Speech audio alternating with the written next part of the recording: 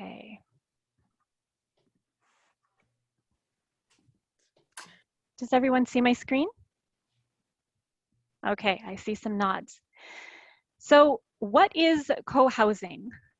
As many of you may already know, it's a housing concept that began in Denmark and elsewhere in Europe. And since the 1990s, it has spread to North America, and it's now present in most provinces throughout Canada. You can see that the households can range anywhere from 8 to 40 households is kind of the sweet spot. Sweet Fern is aiming to have about 24 to 30 households. It can be specific to either all women or seniors only. In the case of Sweet Fern, ours is aiming to be intergenerational, so all ages and all welcome.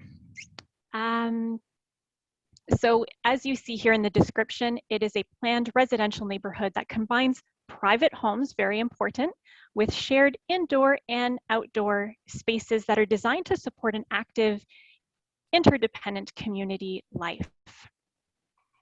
What can it look like? Here you see, and I failed to see what it's actually called. I apologize. Sorry, trying to go back here. Go back in time. Here we go. You can see this first model that is facing the common house. That is one style. Urban, where the common house is here at the bottom, at kind of stacked units or condos, more popular in busier urban centers. For Sweet Fern, we were hoping for either detached or semi-detached and independent units. Of course, being in Sudbury, the space to do that, but it isn't common everywhere. And then there's this here, the hybrid model. So it can take all sorts of forms. Co-housing balances privacy and community. Many people, when they're first exposed to the idea of co-housing, the first reaction that I often hear is, well, I really value my privacy. I don't think that's going to work for me. Well, for myself, I'm a huge extrovert. I would be welcome to share a meal every day of the week with the community, but my partner is more introverted. Perhaps she would only join, a couple times a week, and that's okay. The idea of co-housing is to give you options. What can we share? We can share things like ideas, the ups and downs of life over tea, coffee, community meals, the common house, which is kind of the secret sauce to co-housing, caregiver suites and services, cleaning and maintenance, tools and equipment. Who needs 2 lawnmowers or snow blowers when you can share them? And finally, we can share things like gardens, workshops, craft spaces, exercise facilities is a big one, child minding, co-working spaces, utilities, teen and children rooms. So these are all really exciting things that you can make happen that any one individual home might not necessarily have the resources for. But when you pool your resources together, you can make interesting things like this happen. So now that I've talked to you generally about some of the highlights of co-housing, I'm going to talk a little bit more about our co-housing project, Cohabitat Sweet Fern Co-housing in Sudbury, Ontario. Here is our logo, and it represents the bilingualism in Sudbury, Cohabitat. And you see some blue there, and that represents the many lakes that we enjoy in our area. And fun fact, did you know that in 2015, Sudbury was ranked, according to Statistics Canada, as the happiest city in Canada? You don't believe me, check it out. Who is Cohabitat Sweet Fern Co-housing? Well, we have pictures here. At the top left-hand corner, we have Jim and Monique. This is my wife, Jessica, and myself. This is Tom, Rebecca, little Maggie, and Ken. We have Harriet that we just heard speaking earlier, Miriam, Jan, Joanne, and Jean. So these are all full members so far, and I believe most, if not all of them, are with us this evening. Oh, and before I launch into our vision and mission, I'll go back to these people here. Our group consists of ages 2 to 75. Well, maybe Maggie's not 2 anymore. Is she still 2? I don't know, she's maybe 2 or 3 by this point.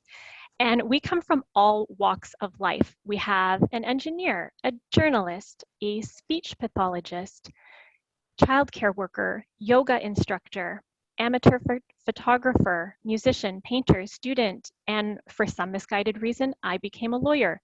Feel free to insert your lawyer jokes in the chat function.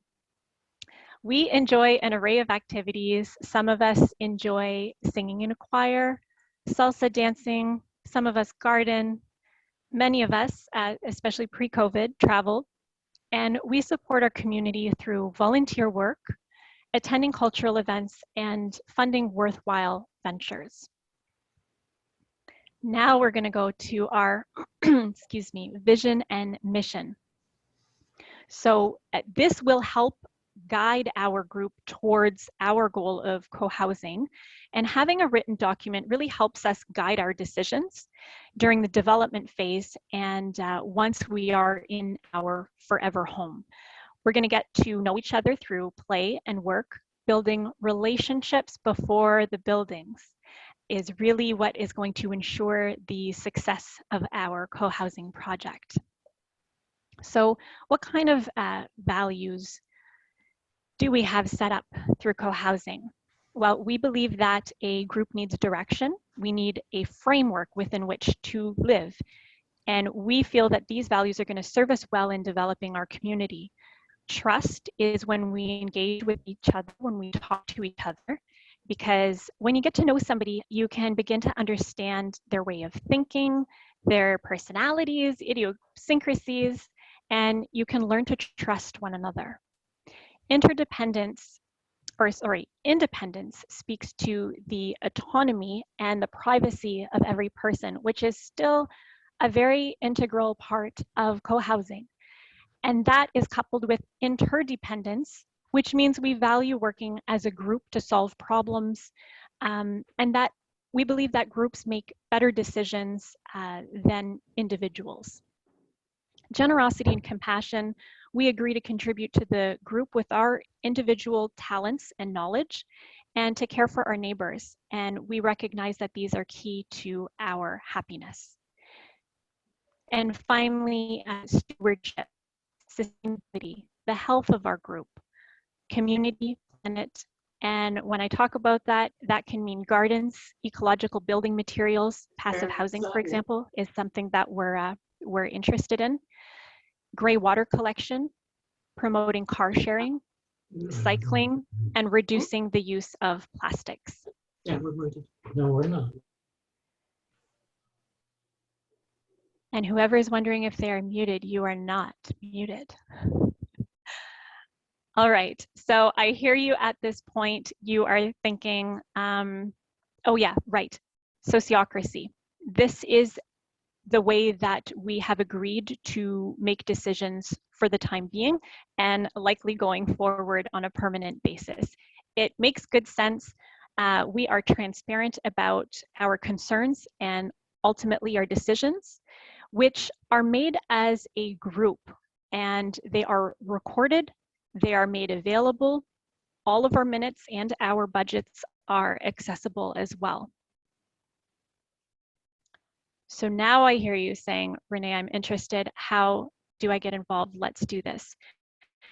The path to membership is that you may start as a friend. At the friend stage, you're welcome to attend 4 meetings and or socials. The idea here is just to meet the group, get to know us, see how we function. Then the explore phase is next. You would work with us for approximately 3 months, see how it feels to be involved. And if you think you could work with us, you do not get a vote at this stage in the game. You get a vote once you become a full member, and those pictures that I showed you earlier, are all full members. So we have all made the $3,000 contribution, and we do get a voting right, and we are on our way to building our homes. So what are our next steps? We want to continue to grow our membership. We are not quite where we would like to be, but we're making good headway. Our incorporation is almost complete. We have our eyes on a site, so our site search has begun. Group building skills continue, especially with sociocratic models, so we do have that. And we are working on an agreement with a professional team. You want to know who it is? Join us. If you want to check us out, it is sweetferncohousing.ca. Email us. We have a Facebook page. We are hoping for an upcoming webinar in April, at the end of April, if it happens, on mental health and cohousing. We're not sure yet. You'll hear more from us on that. And we do have a social for those of you who are anywhere in the area. It will be outside. April Icebreaker, Sunday, April 18th from noon to 3. If it gets rained out or the weather isn't announcing to be nice, we're going to send out another email saying, giving basically the date and time of where it will be next. So while I close my PowerPoint presentation and I let Kate set up hers if she has one, if you would like to receive Sweet Fern's newsletter via email, just please type yes in the chat function now. And we're going to make a note of your yes, and we can add you to our distribution list for our newsletter. By the way, if you've changed your Zoom name and it doesn't correspond to your real name, just please indicate in the chat function what your name is so that we know who to email. Okay, so I'm just going to stop sharing here. And does anybody have any questions?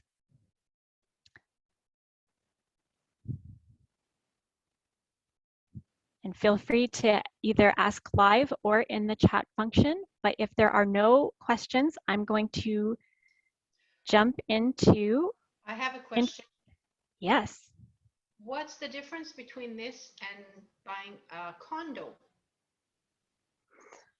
Well, I mean, I think other people can step in because I'm no expert on co-housing. This is my first co-housing project, but my response would be that a condo is a legal structure, and many co-housing communities do incorporate under a condo structure as a legal structure, but the co-housing itself is more of an idea and an intentional community that gets baked into your bylaws, possibly, and in your community. So being a condo in and of itself doesn't make you co-housing, you know, and co-housing can also take the legal structure of a cooperative instead.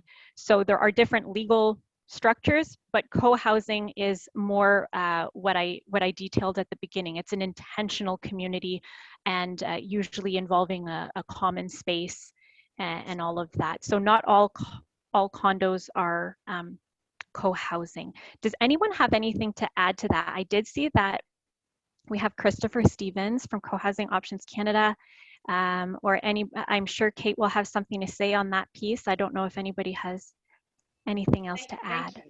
Yeah, if I can just jump in for a minute. I think one of the big differences between a regular privately developed condo and co-housing, where we're doing the development ourselves, is that this is an intentional community. So it means that it's not a building that's built and you just buy your unit and you get along with people or you don't, you join committees or you don't. We're very intentional that we want to create a neighborhood where everybody has a say and has some control over their neighborhood, and also where people cooperate with each other and are actively involved. So it's about creating an involved and intentional neighborhood. Thank you. And Renee and Harriet, I think you both did a great job. So the only one thing that I'll add is that the end entity is the ownership structure that everybody's going to be part of. And during the development phase, you form some sort of corporation. It could be for-profit, a co-op, a not-for-profit that develops the project, and it's the community that's doing the developing. So they may work with a commercial developer or contractor, but at the end of the day, it's the community that's leading the process and that is going to live there at the end of the day too. Thanks. Thank you, Chris, and thank you, Harriet. Good question, though. So now, unless there are any other questions, Janet? No? Okay. So I'm going to jump in and introduce you to our guest speaker, Kate DeVried. Who is Kate DeVried?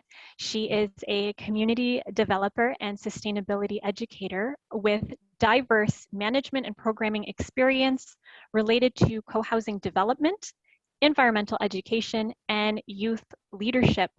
Kate is the co-founder of Treehouse Village Eco Housing and has dedicated full-time equivalent hours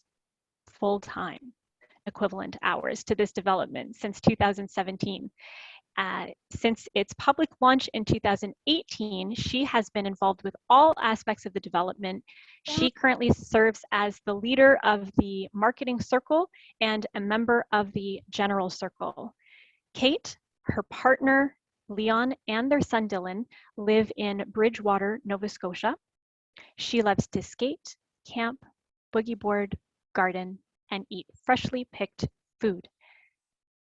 Thank you so much, Kate, and the mic is yours. Thank you, Renee.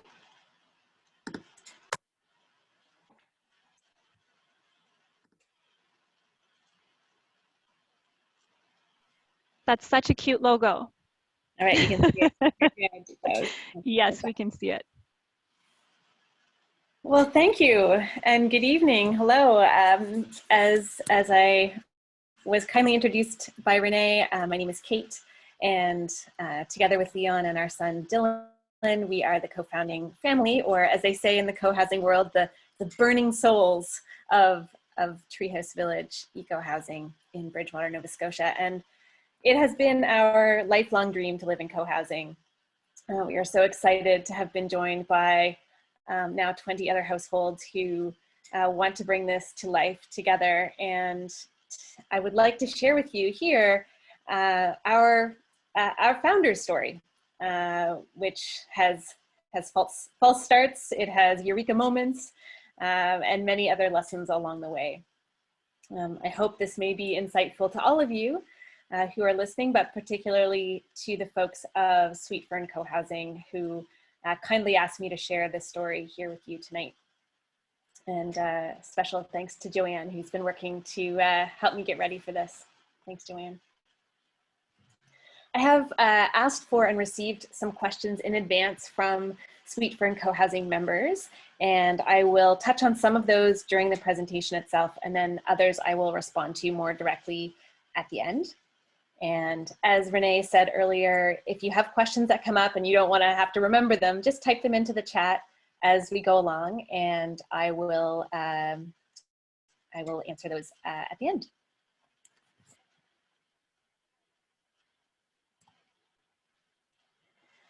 So intentional communities first came onto my radar when I met Leon and we started being a thing way back in 2003. And he was telling me about his experiences. He had a summer internship at an intentional community called the Sirius Community, which is in Massachusetts, and it's an eco-village. And before that, I was not aware of intentional communities, and he had such a positive experience there and really got me curious. As new grads, once we finished university, we had dreams of doing a grand tour, a global tour to visit intentional communities, eco-villages in different places. But our pocketbooks were not ready for such a grand plan. So instead, we found a work exchange that was available to us in a community called Sunseed Desert Technology in Spain. And we went there for a couple of months in the winter to work in exchange for being able to stay here and learn about this community. And so that was our first experience together, living with intention in community with other folks. And that certainly whet our appetites.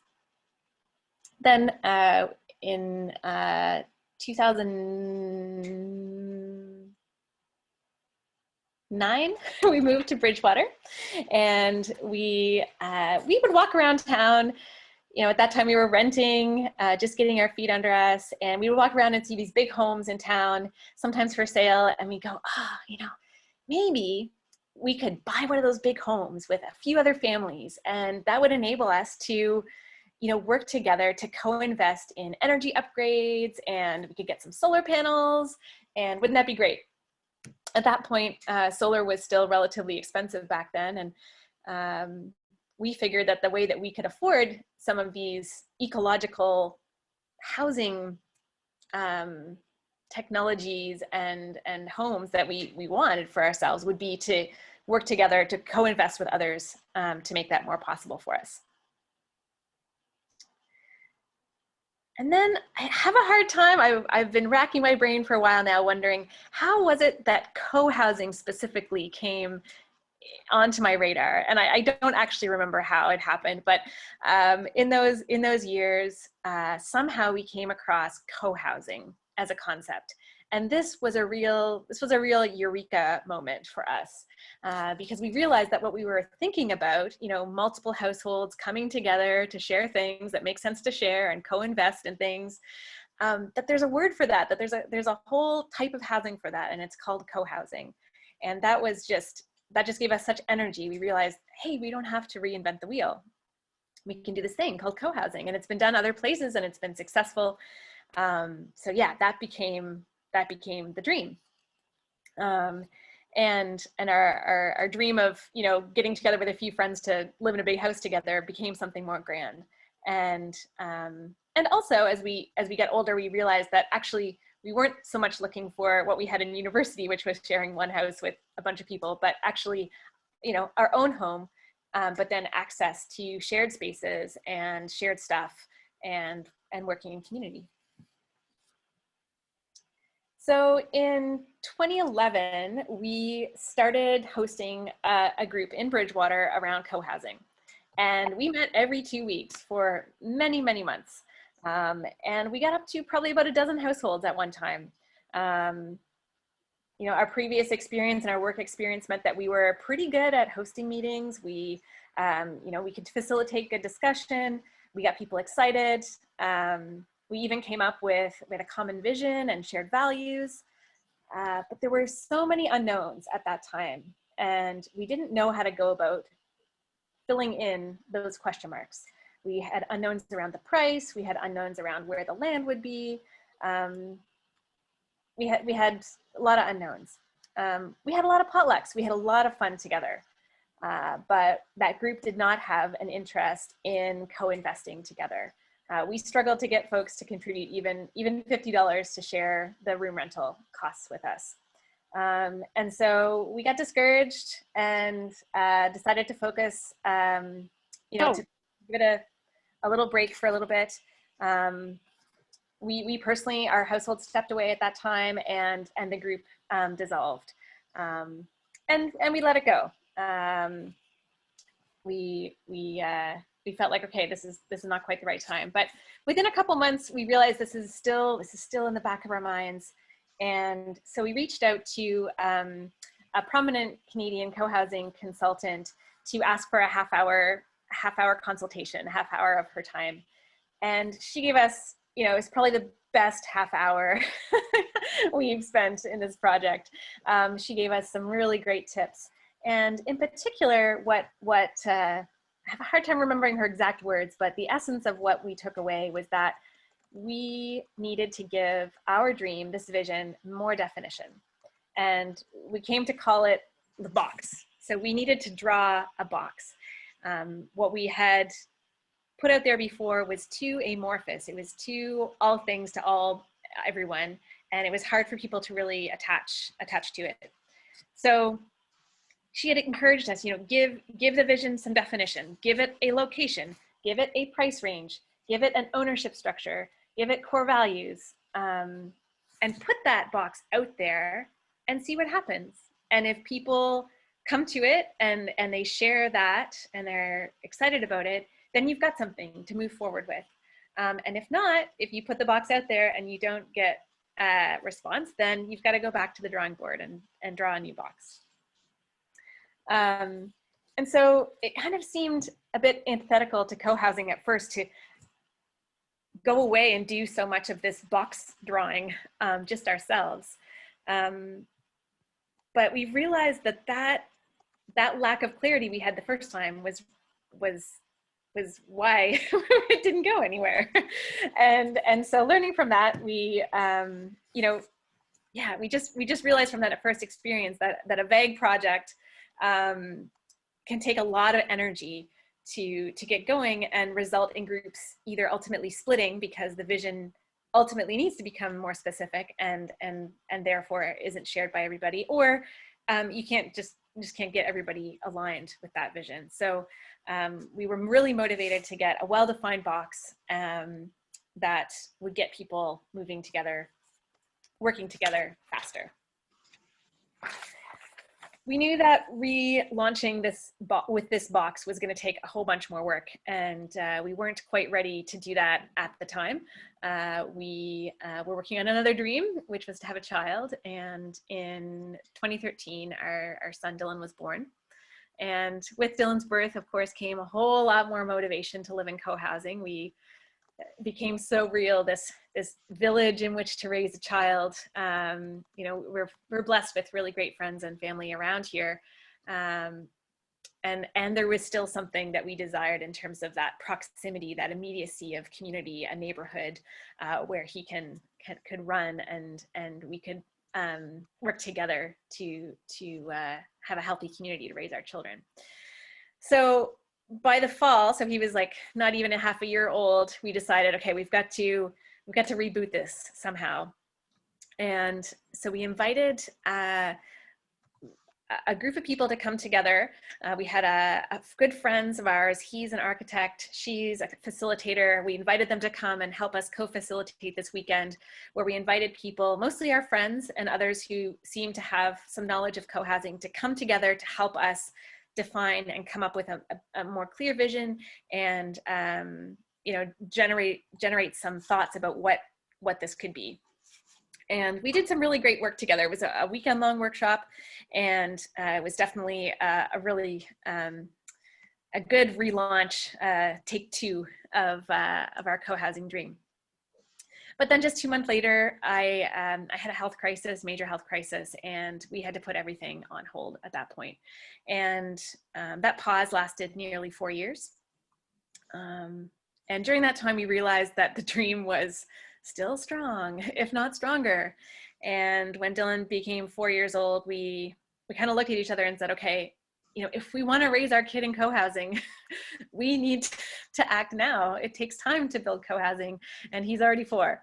So are we going to do this or not? And my recovery had gone really well, and we decided that, and I had started to do some work outside the home, and we decided that actually, if we were going to pursue co-housing, that I would stop working outside the home and put all of my available time into co-housing.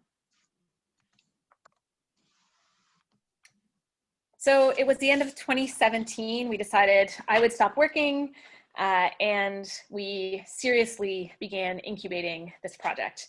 And it incubated for almost a year, just Leon and I working to define this box. And we wanted to have really clear definition of that before we had our first meeting.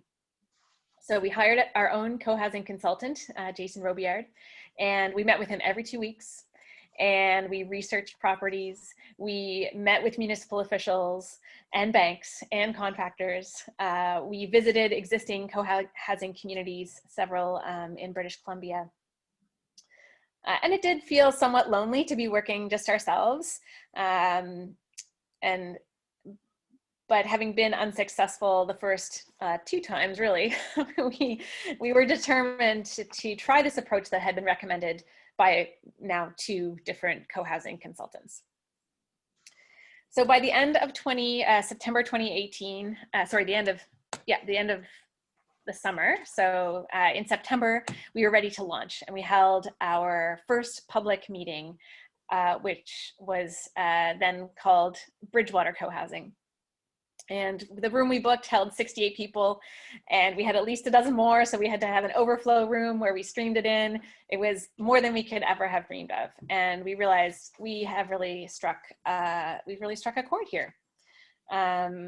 This vision that we, this vision that we put out there really seemed to resonate, and we continued to hold information sessions that fall.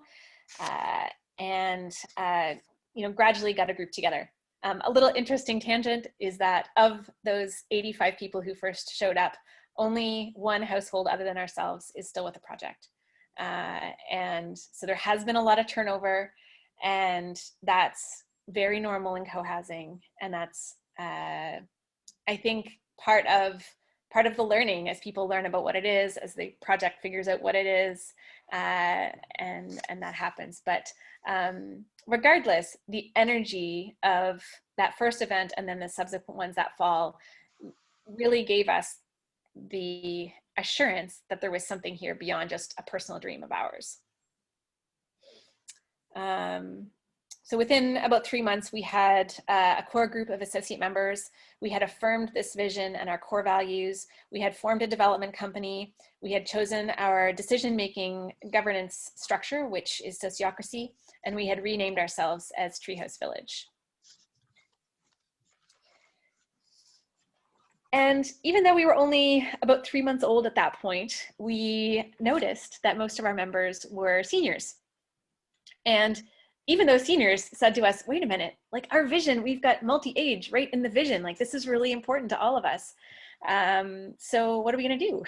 If we keep going like this, we are going to be, Kate, Leon, Dylan, maybe 1 or 2 other families and seniors. And this was not acceptable to any of the members at that time. And so we formed our very first policy, which is called the Age Diversification Policy.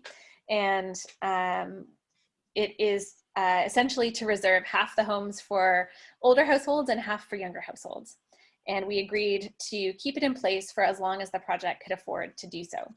And it is still in place today.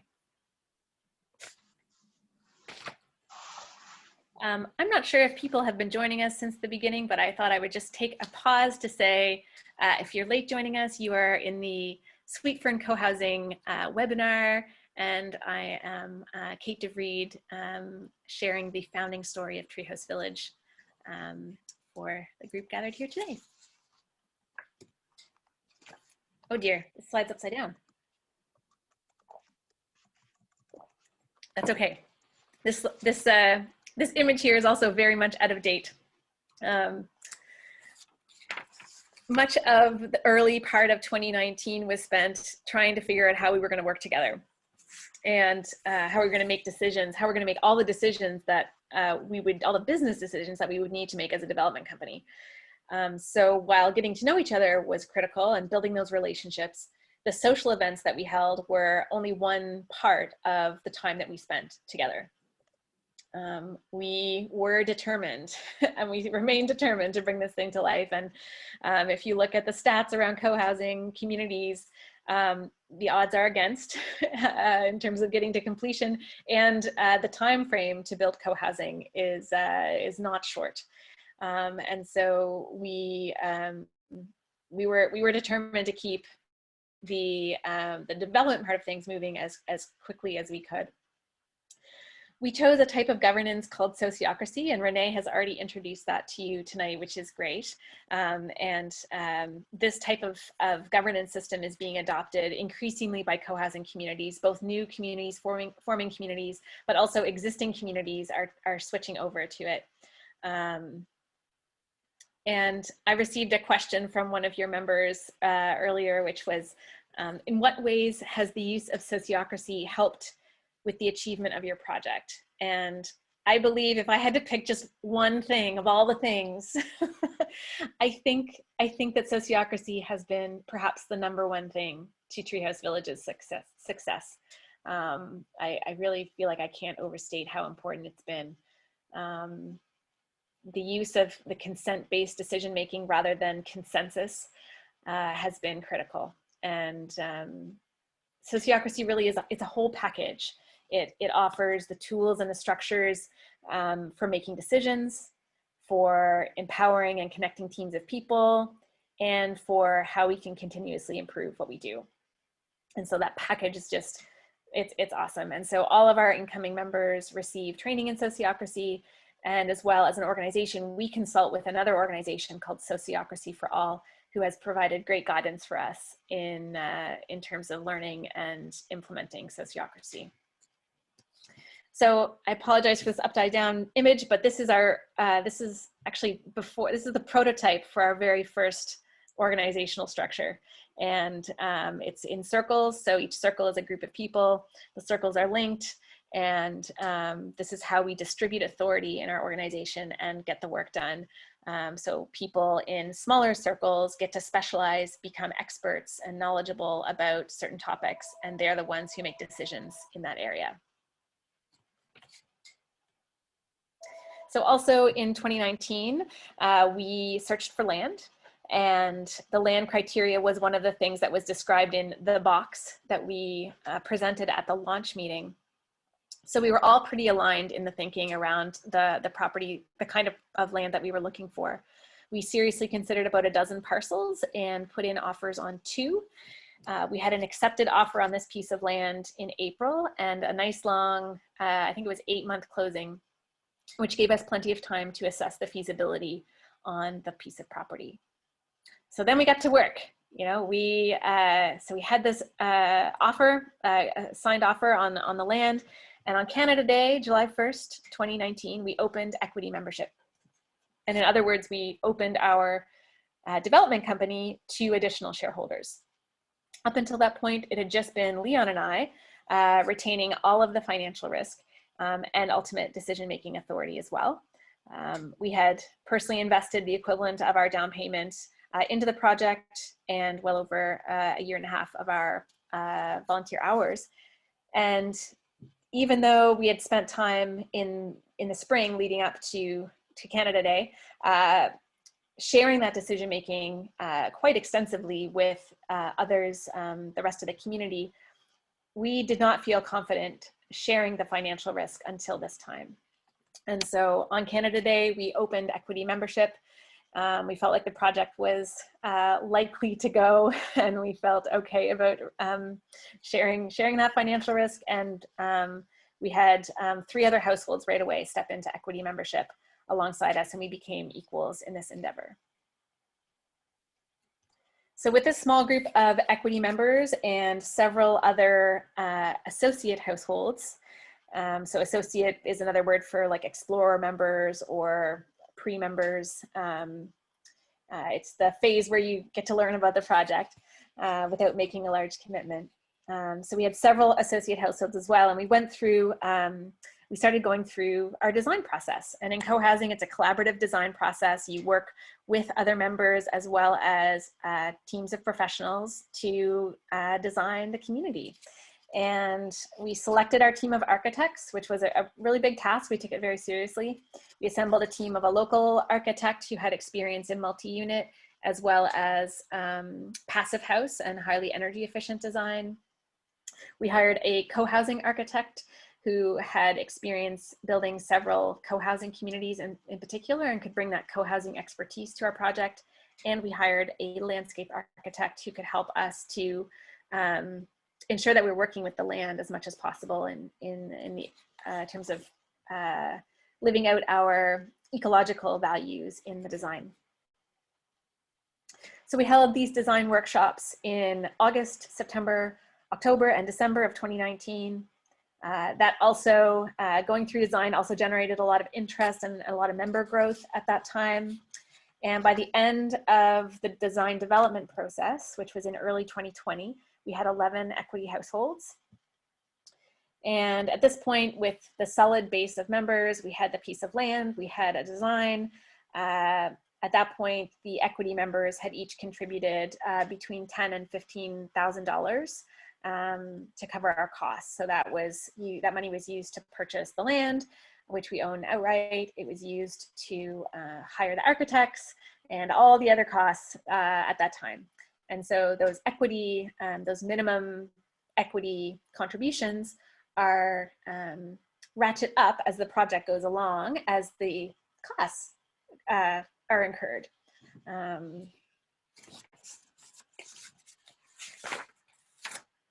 All right. Of course, we had no idea that COVID was coming. And so we had only really just finished our collaborative design process when COVID came. But I have to say, I think we were about as ready as we could have been for COVID. We already had members ranging from eight time zones wide. And in order to include everybody, we had to be using Zoom anyway. So we were already used to that. Also, our meeting structure, it's another sort of benefit of sociocracy with where you speak in rounds, was already made online meeting productive and fair. And so we pivoted our meetings online, we pivoted our information sessions also online, which meant we could offer them more frequently and in different time zones. And our marketing efforts were nearly all digital at that point anyway. And so we just carried on with that.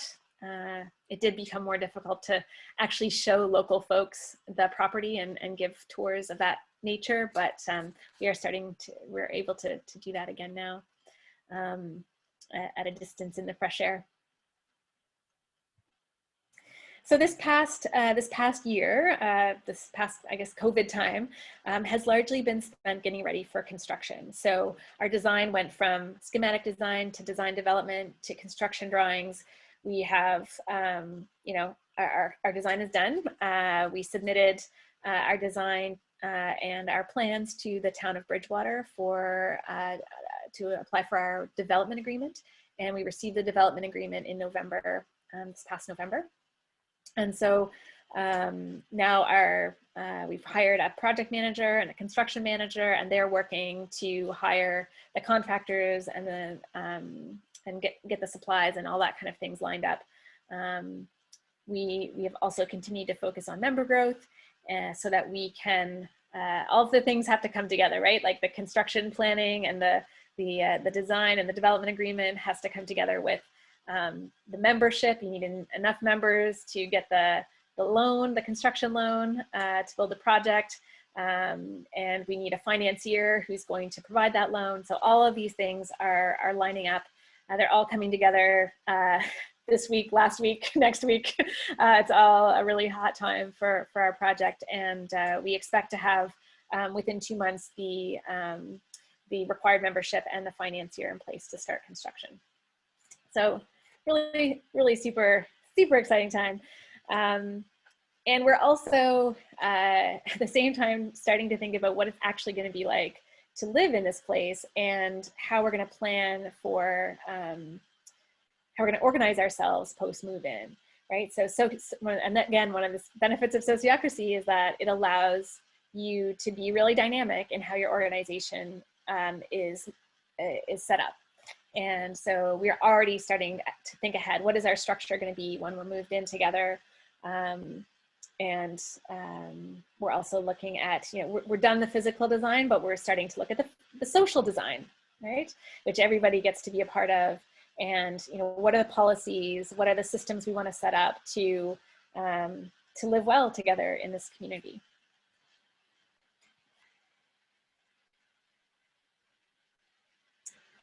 We also mix all the work with some play for sure. We've got some really play hard kind of folks in our community. We get together for monthly full circle meetings. That's all of our members. We have learning opportunities that we get together for, coffee hours, book chats, crafted chats. Some of us who live locally have a bunch of little kids. We get together to go skating or hiking. And yeah, so we're having a good time getting to know each other as well. And several of our households actually have moved to Bridgewater in the past 8 months. And so we're also having the opportunity to build some of those in-person relationships as well. So for about the two, I just want to give sort of some personal reflections. You know, this is the founder's story coming from a co-founder, and you know, this is not meant to be like a how to do co-housing, but more of me sharing our experience. And yeah, so I guess some of the reflections that I've had on this process is that you know, it started out with Leon and I really shouldering a ton of the work and carrying that dream, the flame, the torch of that dream into this. But now we are really just two small components of a mostly smooth running machine. I don't know what else to call it. It sounds kind of reductionistic to call it that, but you know, co-housing takes a lot of working together, a lot of moving parts, a lot of expertise, and we are now surrounded by dozens of members who bring their own skill and their own passion. And there are several of us now working the equivalent of full-time on this project, and we could not do it without them. We are definitely well past the time when the departure of any one person or household would not affect the project, because there is such resilience and strength in the point that we've gotten to. I personally continue to work pretty much all my available time on Treehouse Village.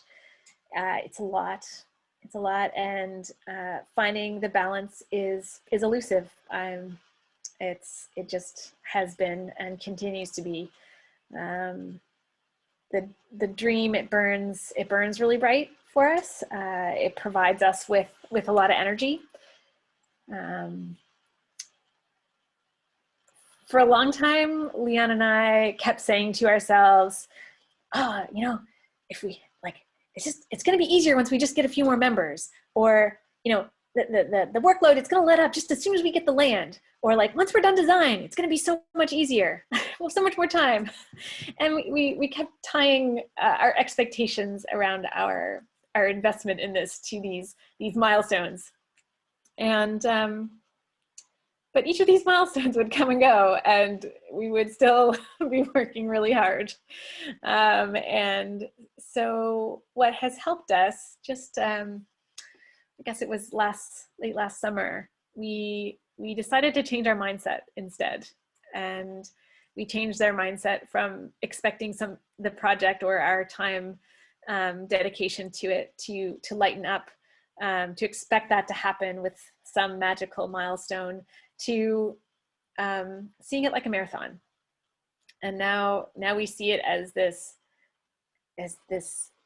something that we need to pace ourselves. It's going to keep going. It's going to keep needing our energy for some time. And yeah, that expectation has been really helpful, mentally speaking, for me, to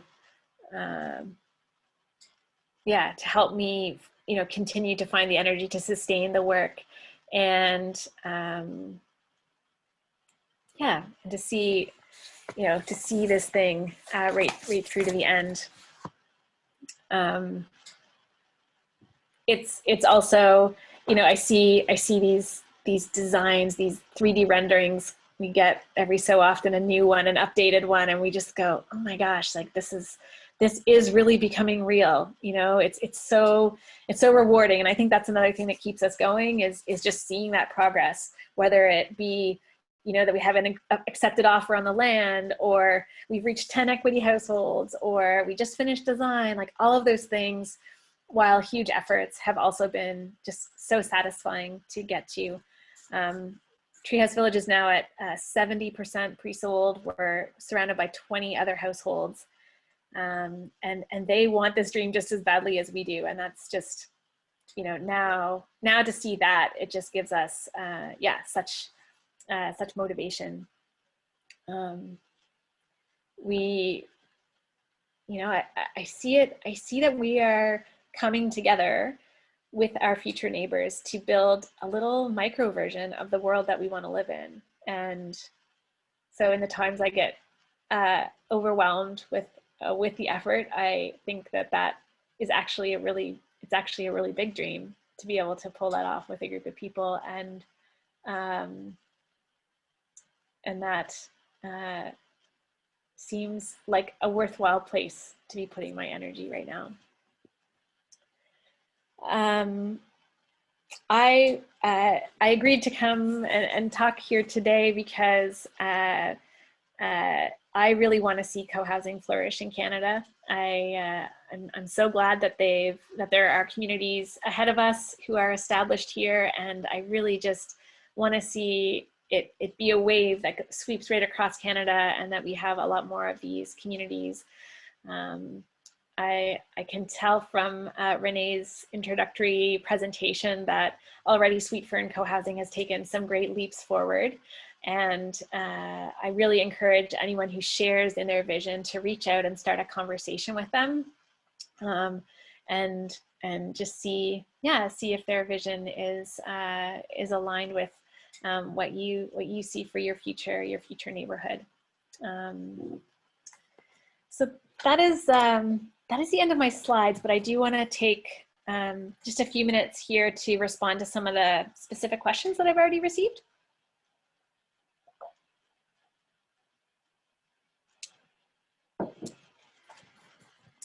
This question is, do you have any suggestions on how to create a diverse co-housing community?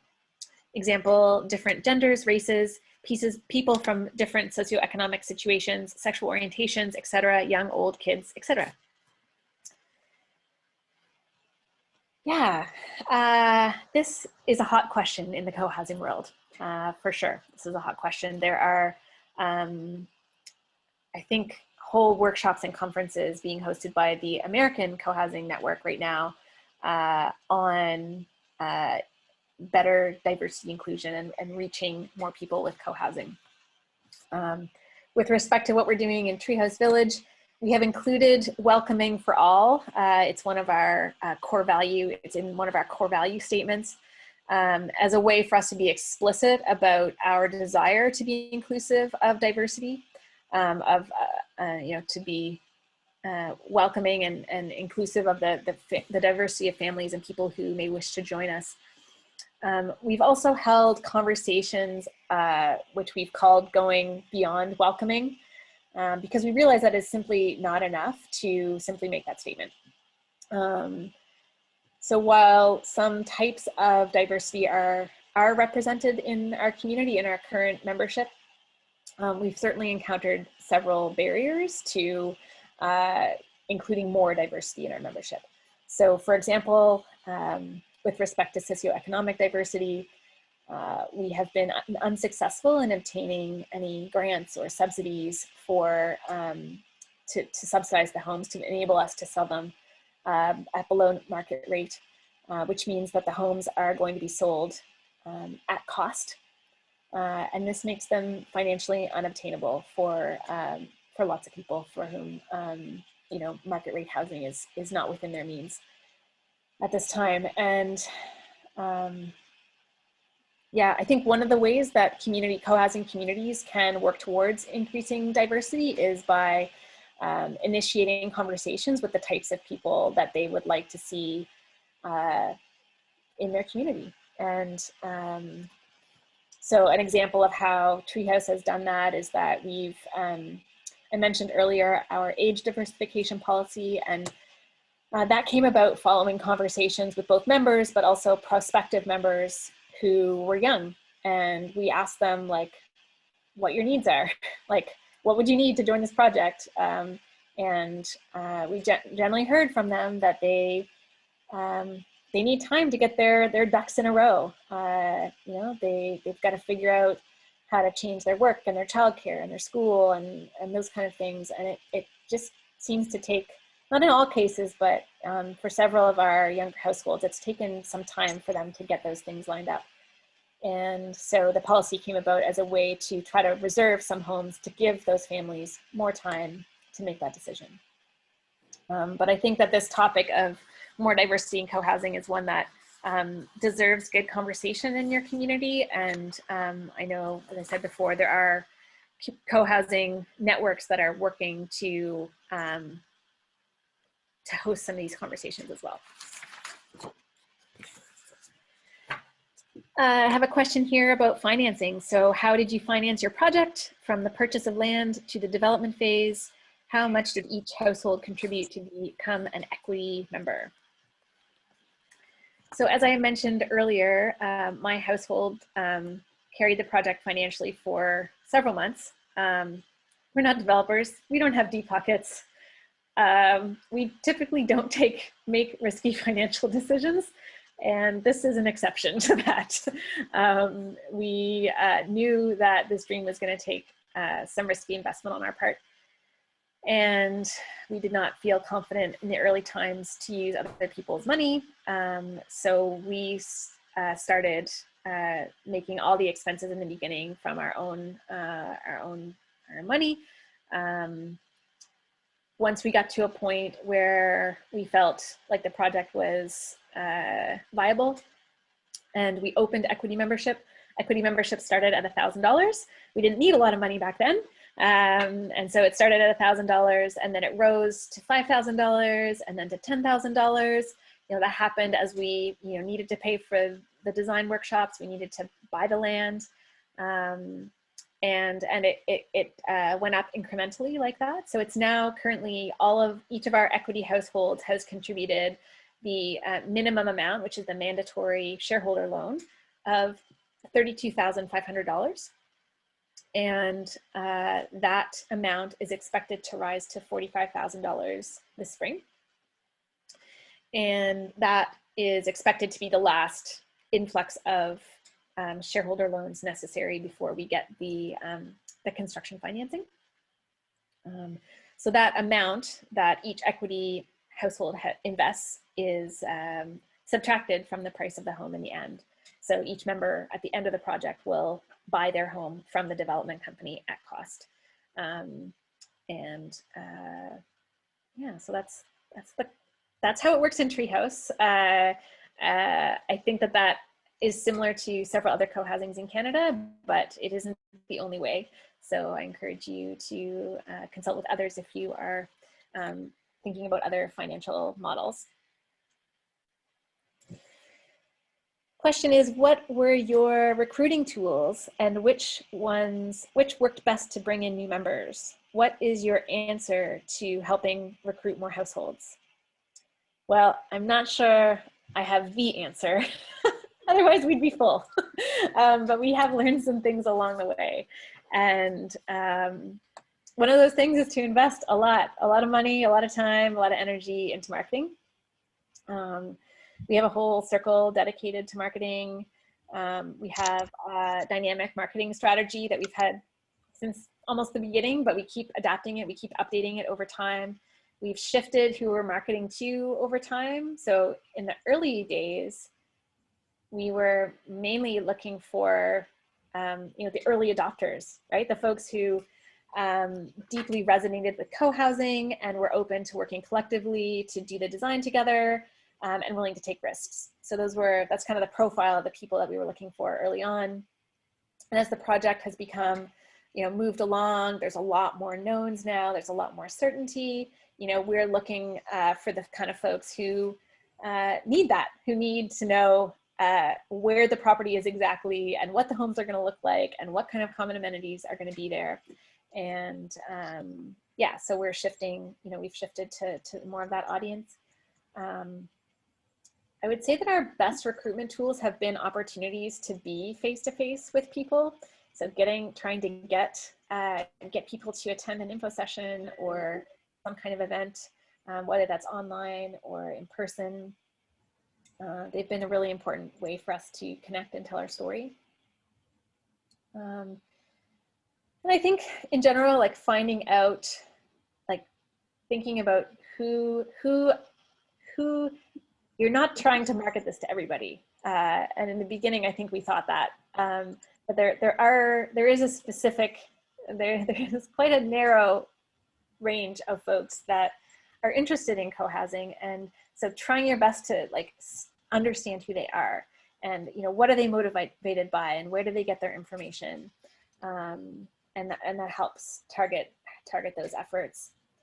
And I think the last thing I would say in response to this question is something that we can do better, we can do more of, which is sharing the why of the project rather than the what. It's so tempting, especially as you get further and have a design, you know, and have the land to talk about the what. Well, it's going to be 30 homes and it's going to be on 15 acres and we're going to have 1, 2, and 3 bedrooms and there's going to be a playroom and there's going to be a workshop. It's tempting to share like that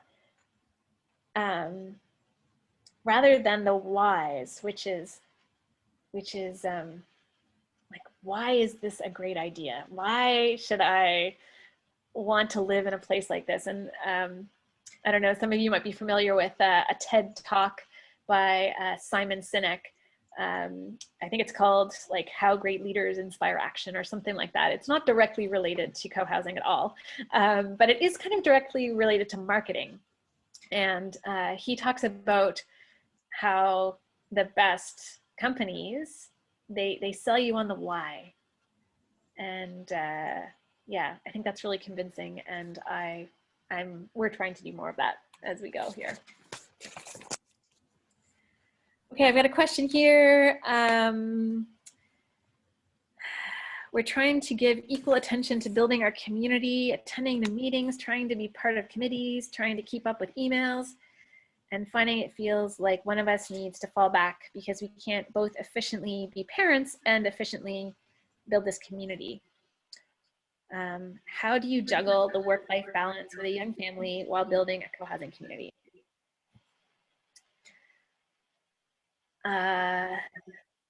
I am going to be completely honest with you and honest with myself when I say I don't think that I've done a very good job at doing that. I think that we as a family generally manage to stay healthy and care for people that are important to us and prioritize taking care of our child, but it doesn't really feel balanced.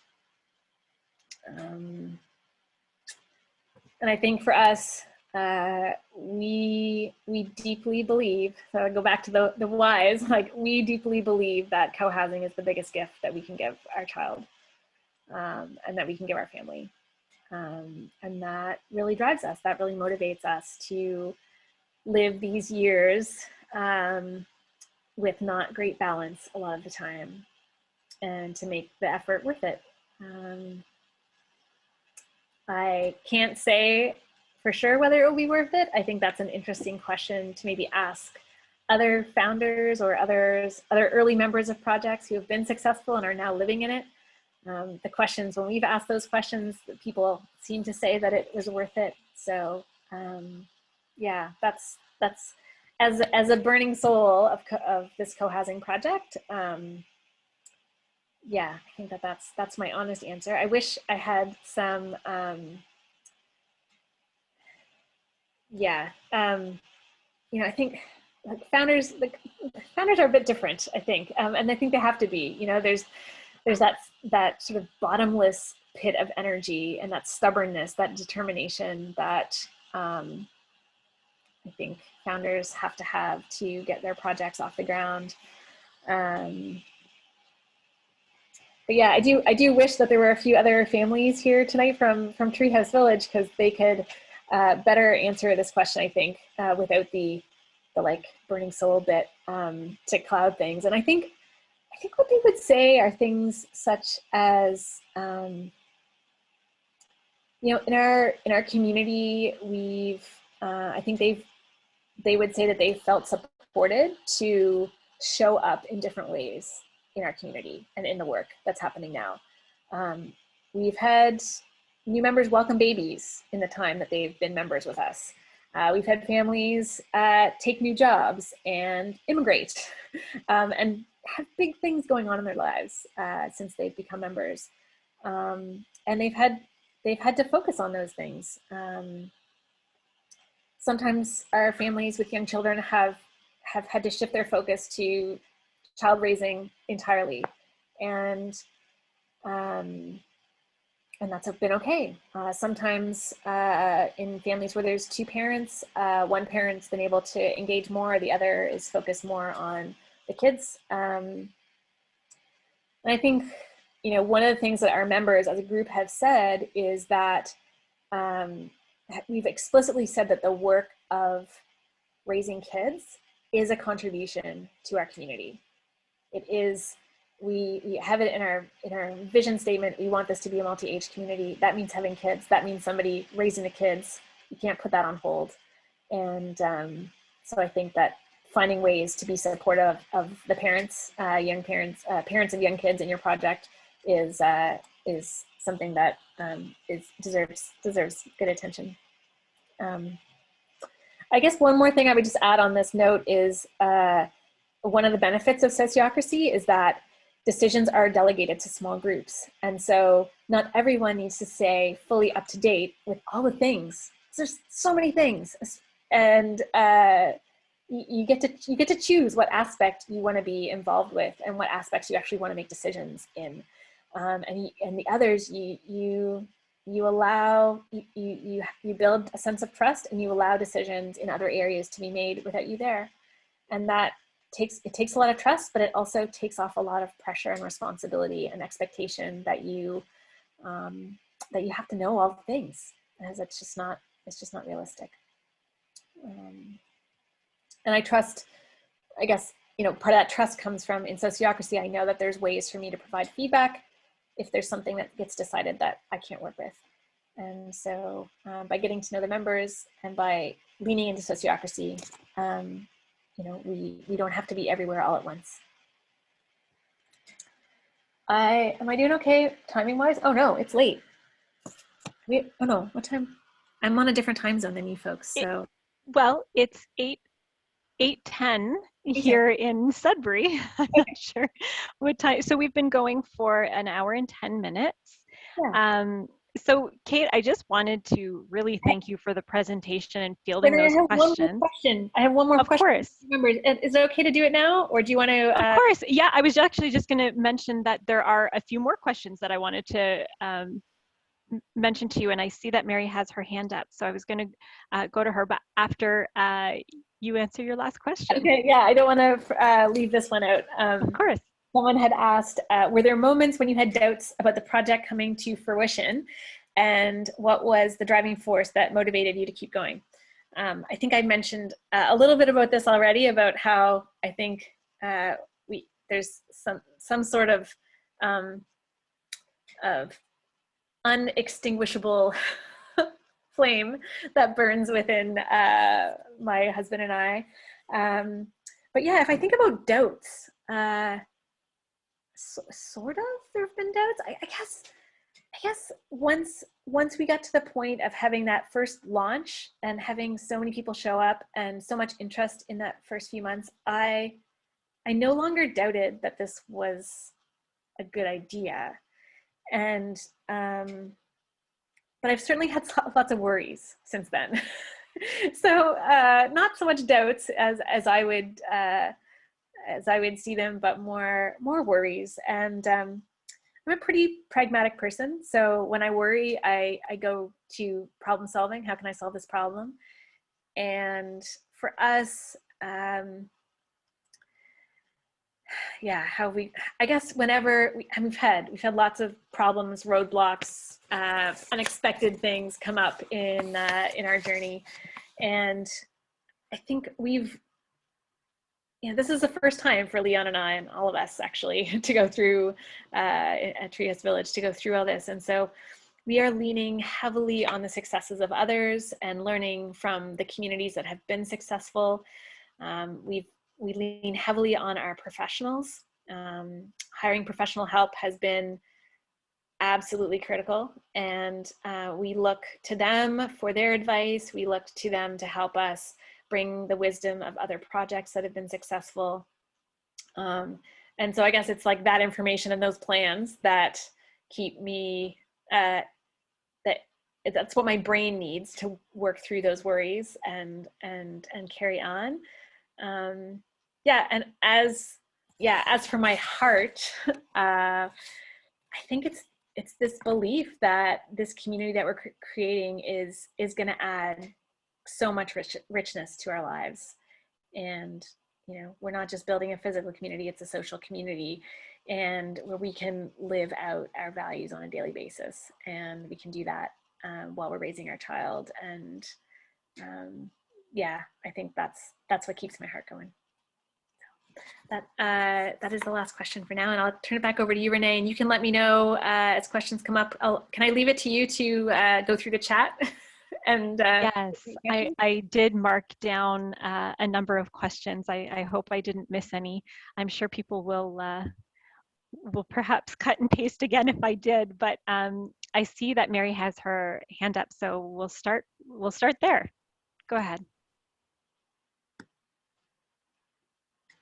Sorry, I actually have several questions. Kat, I have been following Treehouse for a while now, and you guys are doing some great stuff. Congratulations. I think it's fantastic. And I'm glad you guys are about to break ground, and that's quite a significant milestone to be celebrated. There's not enough co-housing community, so anyone that reached major milestone or completion should be celebrated. So first question, was the co-housing consultant you talked to in your second try, Renee Matthews? And I want to ask if you feel able to say what was the cost of the land, and also what's the cost either per unit or per square feet if you for your things you're selling, the units you're selling approximately. Sorry, a lot of questions. I like to exchange information or pick the brain of people who are further along than we are. Good questions. Thanks, Mary, and thanks for your kind words and congratulatory words. Yeah, there's just co-housing is just this whole series of milestones, and they all have their own excitement and sense of, wow, everything feels a lot more real, and it just keeps happening because there are so many of these milestones. Yes, the half-hour consultation that we had was with Renee Matthew, who's a co-housing consultant in British Columbia. The cost of our land was $64,500.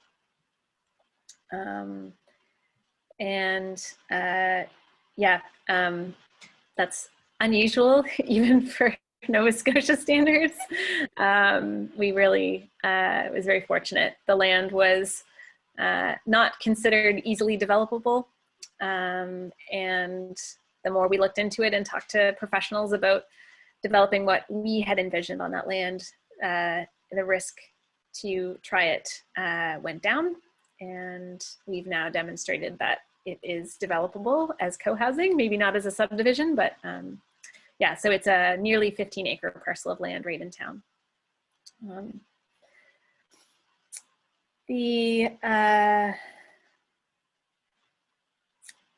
tell you a little interesting side note on that, though.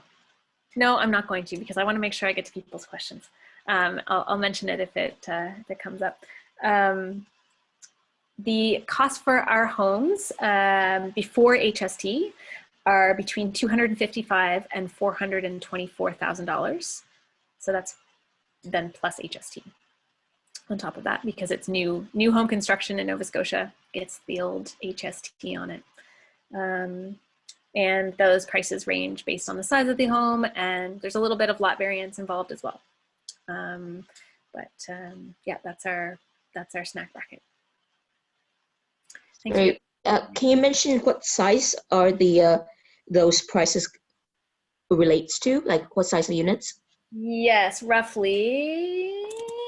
It's between, I don't have my numbers right in front of me. Our smallest home is somewhere, don't quote me on these numbers, they're on the website.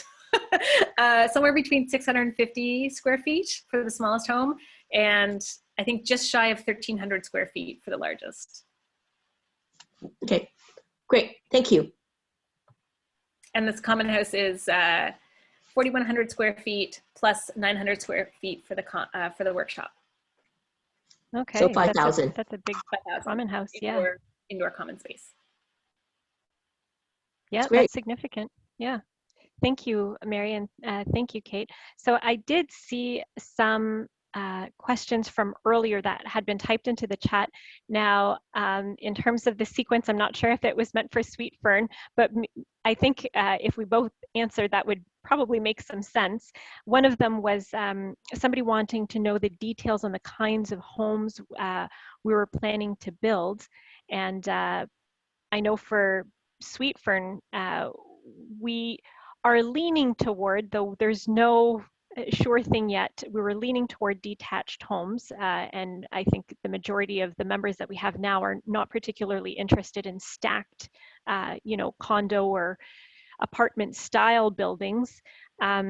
We anticipate that our structure would be, privately owned and under a condo model. So that you own your own units. It wouldn't be under a cooperative. However, we have been discussing the option of perhaps having rental units available, and we are interested in trying to make it affordable for people who may not be able to put the money up front right away. We're not sure how we're going to get there, but that is something that we're discussing. I'm not sure if anybody from our group has anything to add to that, but I suspect that Kate, you might have a different answer. Did anybody want to add anything from Sweet Fern? I'm seeing no Can I takers. ask something from Vancouver Cohousing, who I went and saw October 2018? They were required as part of the rezoning to have two market rental units. And what they did is they raised the money within their community. Different people in the community put up the money to buy the 2 units, and they rented out. But it was not subsidized housing; it was market rental, and that's how they managed 2 units. Yeah, that's very helpful. Thank you, Mary. We have heard of some similar endeavors, so definitely going to be exploring those as we move forward and through. Kate, if you wanted to. Sure, I'll just say briefly Sure. that the homes at Treehouse Village are, there's 30 homes. They're all stacked flats. There's 4 buildings, and each building is 2 stories high. And there are homes on the first floor and homes on the second floor. Yeah, we had earlier visions of being more detached than that, and have ended up with this design in part due to financial pressures, but also because our ecological values we want to actually preserve as much of the land. It's a forested piece of property, and the back 8-10 acres of land is a big old forest, and we want to not build on that. So we've ended up with a more compact design. And I will, if you want to see what it looks like, there's a little fly through on our website, so you can have a look. I'll put the website in the chat. Very cool. Thank you, Kate.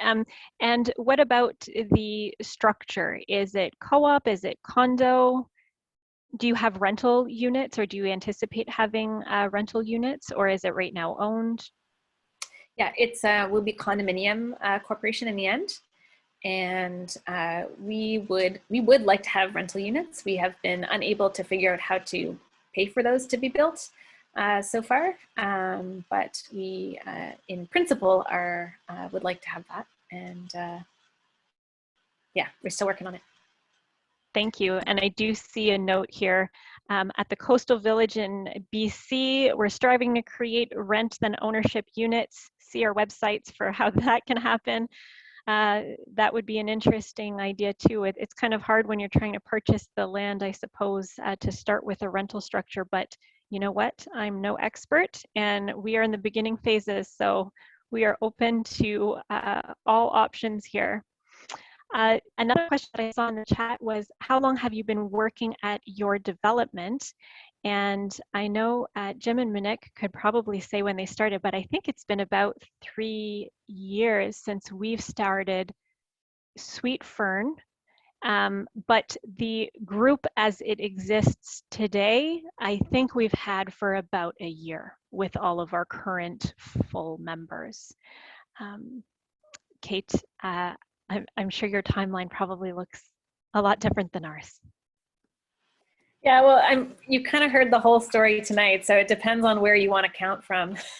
Do you want to count from like the early, the new grads out of university dreaming about having solar panels, or do you, or attempt number 3, launch of attempt number 3?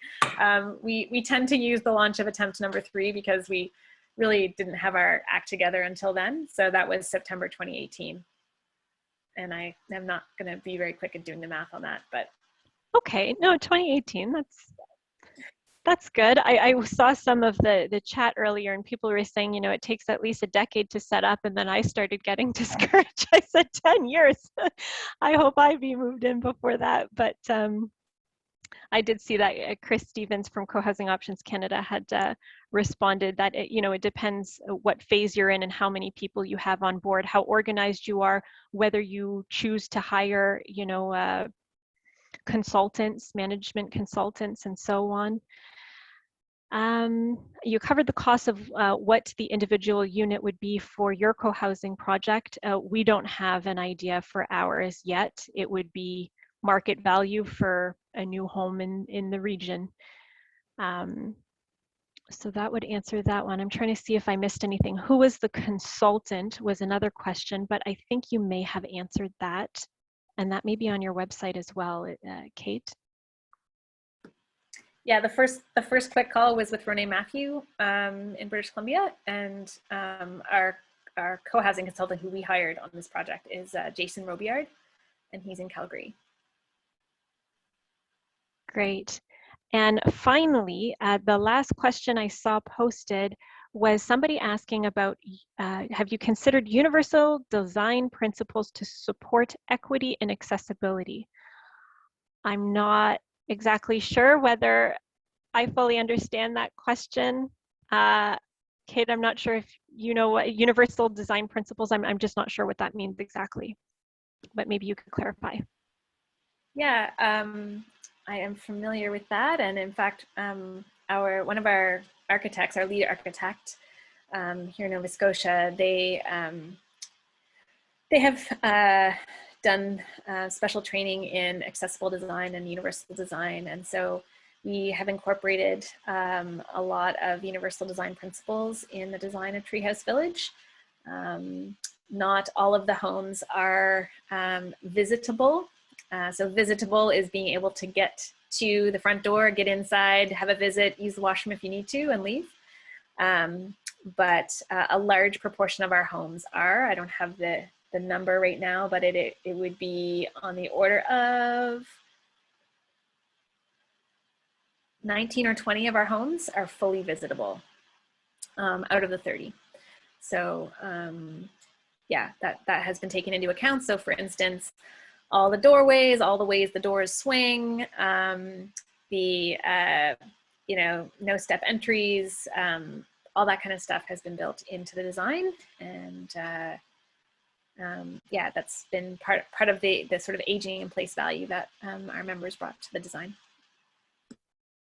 Thank you so much. And I do see here that Mary has helpfully provided a link in the chat to CMHC's Universal Design Principle Guidelines. So thank you for that. Does anybody have any other questions, either in the chat or that they want to unmute and ask live?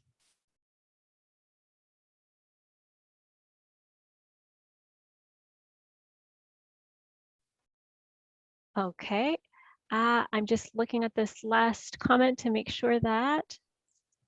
Okay, this is a suggestion and not a question, so thank you for that.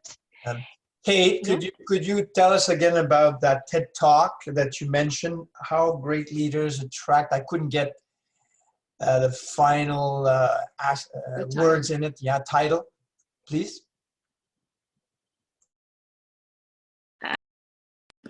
I just put his name in the chat. It's Simon Sinek.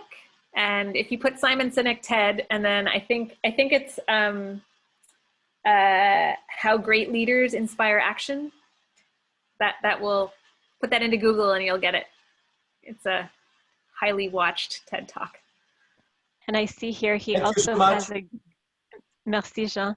I also see somebody wrote that he has a great book called The Power of Why. And I think I saw that TED Talk. Did he have circles and the smaller circle was the why? Okay, I do recall that. Very effective presenter. Any other questions before we wrap up?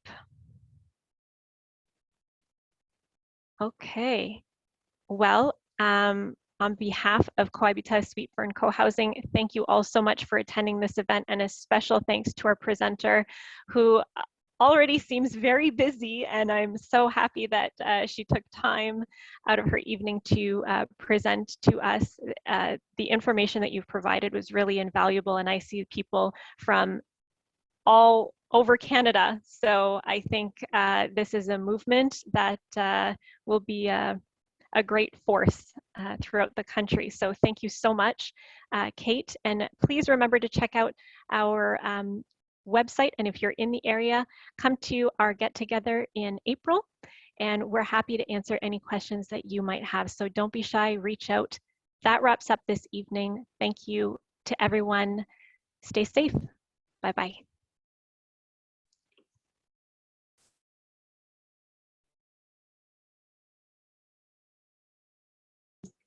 Hello. Yes, hi, Kate. Thank you. Thank you so very much. This was incredible. A fantastic presentation.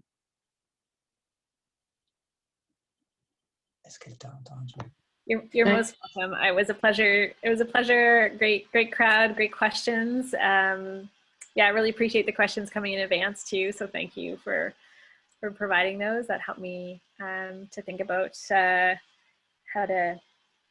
how to support this group. And yeah, it seems like a really, really great bunch of people that are coalescing around this project. So congratulations to you. Thanks. It's been such a beautiful turnout. I'm so impressed. Thanks. Thank you. Thank you, Kate. We just, it was nice to hear, you know, that other people are struggling. No, but I mean, it does. It you know, you just wonder, you know. Yeah, are we doing something wrong? Yeah. No, there's so many moving parts, so many. Yeah. And like you just try to get them to line up. And land is a huge thing in Ottawa. Trying to find affordable land in Ottawa of a decent size. Yeah. You're just competing move here, with, Mary. Just move here. Yeah. Sorry? We're competing with developers with very deep pockets. Great night, everybody. Nice job. Night. Great job, Renee. Thank you. Nice to see you. Thanks. Nice Great to see you. session. Amazing. Thanks for being so inspirational and for supporting Sweet Fern. It's awesome. Yeah. Yes, thank you so much, Kate. And thank you, Chris, for having come. Yeah, no, my pleasure. You gotta unmute Played there. Pokemon and I listened in. So have a great night. Bye, guys. Thank you, Renee. You did a super job. Thank you. Thank you, Kate. Kate, thank you so much for giving of your time. We really appreciated it. You're most welcome. I really, you know, seeing co-housing flourish is really important to me, and there's only so much that we can do to support other projects right now. Yeah, no kidding. Yeah. This seems like a good, you know, it's interesting. We haven't actually told the founder's story quite like this. So yeah, I can even see the video being useful for us to show some of our members like, oh, here's, you know, here's a bit of the backstory. Some of them I don't think even really know. Yeah, it's interesting. It's an interesting, I was thinking, I hope the balance, I struck an okay balance between being honest about what it takes and not scaring people off.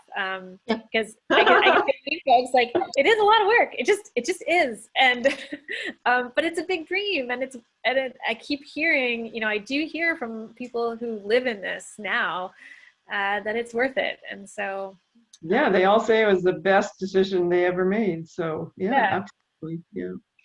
Yeah, Yeah, if Monique can provide you with a recording, if you cut out your presentation part, you can put it on your website.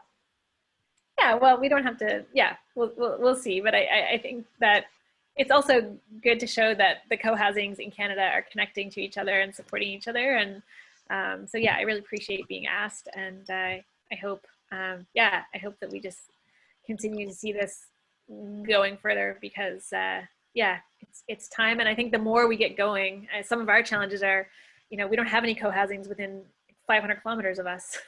So we can't even go tell our members oh, just go visit one. Yeah, road trip. Yeah. The closest one to you is Quebec City, right? The Cohabit of Quebec. Yeah, I think as the crow flies, the ones in Maine are closer, but the closest in Canada would be in Quebec. Yeah, yeah. So yeah, hopefully there'll be more someday, and we can once people see it, it's just gonna go. Kate, do you intend to keep posting the progress of your project? Yeah, we do. So some of that's on our website, and we have a mailing list. And when you sign up for the mailing list, you can indicate are you here just sort of as a fan, or are you potential member kind of checking it out. So if you want to just sort of as a potential fan or as a fan, whatever, you can join the mailing list and get updates about twice a month or so. We send out an update. All right. You guys have a great blog. There's some really good blog entries. Yeah, it's cool. The more members we get, the more writers we seem to attract. So I know we share at least 2 of the blog entries within our group, and I think one of them on our Facebook page. Yeah, it's great. I think some of the topics or musings are I don't want to say universal, but have in common with others thinking about co-housing. So yeah.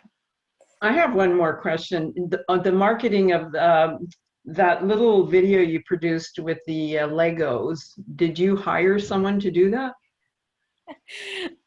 No, but she'll take that as a compliment, I'm sure. No, that's so clever. A couple of our members playing with their kids' toys and having a little bit of video know-how. It blew my mind, but wow, that was quite the endeavor. Yeah. Yeah. Very good marketing tools. Excellent. How did you manage 8 time zones to have a meeting? That must have been crazy. It still is that way. Yeah, we're Vancouver to England. I've been involved with that. Ouch. So, Tanzania to Australia. Wow. Well, you certainly reached a lot of people this evening, so this was very well attended. Yeah. Over 60, I think. Yep, 61. That's great. I think our highest was 43.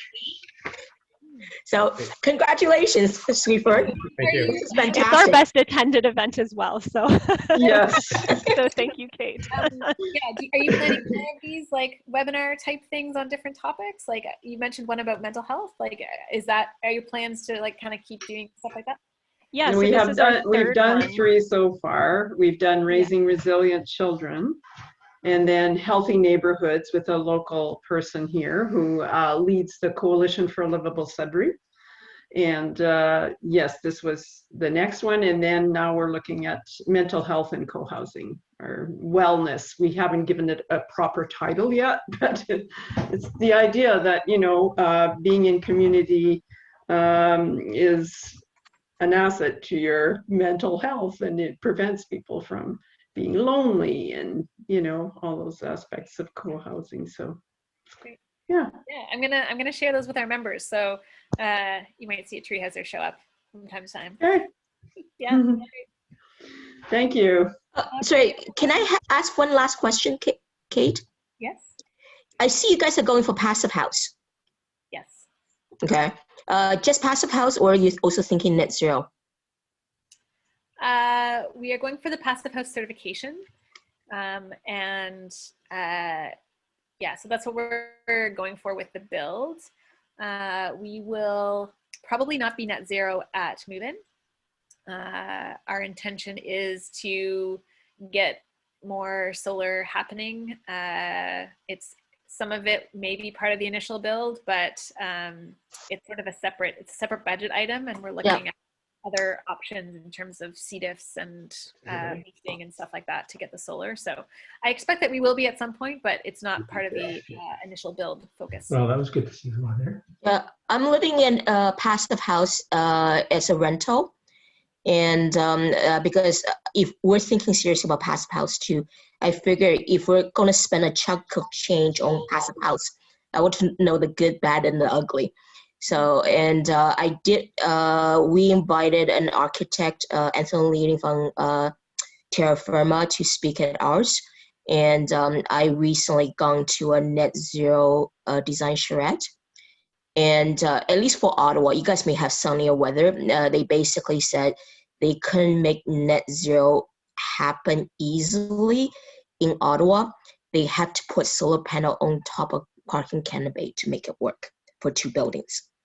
Just for your information, in case you're thinking about it.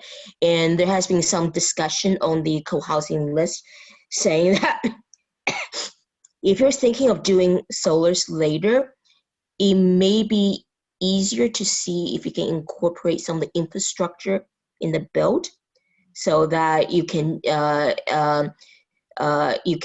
instead of having to modify things down the road, you can when the budget is available, there are ways to do it in a 2-stage. I can try to find the post if you want. There's a way to do it so that you can get the infrastructure in, then add these solar panels down the road. And they say it will cost less in the long run. Yeah. I think that stuff's been considered in our build. One of our architects is, FIAS certified, whatever. Right. And so they've been looking at building in all the solar connectivity and the right roof stuff. Is that Caddis or the local one? They both actually have passive. Oh, really? Okay. Yeah. Interesting. Yeah. But it's really, it's great as much as possible and it's the same with universal design, right? Yeah. Like things are cheaper if you can swing it in the initial build, but it also comes down to, I mean, Little Mountain Co-housing is ready to occupy, and they are passive house as well. And I got on a New Zealand webinar after the fact by their architect / consultant in BC, and apparently they passed their blowout, which is supposed to be a big deal. I don't know what that means, but I know it's like everybody's so excited. So that must be really very, very good. Nice, that's great. Yeah, exciting. That sounds like an exciting milestone for them. Well, they're supposed to be getting the occupancy permit within the next week or so, supposedly. So that means moving in, which is truly like the finish line, essentially, or at least the major milestone. You probably have a lot of things to work through in a new building, but still, that will be significant. Indeed. Yeah.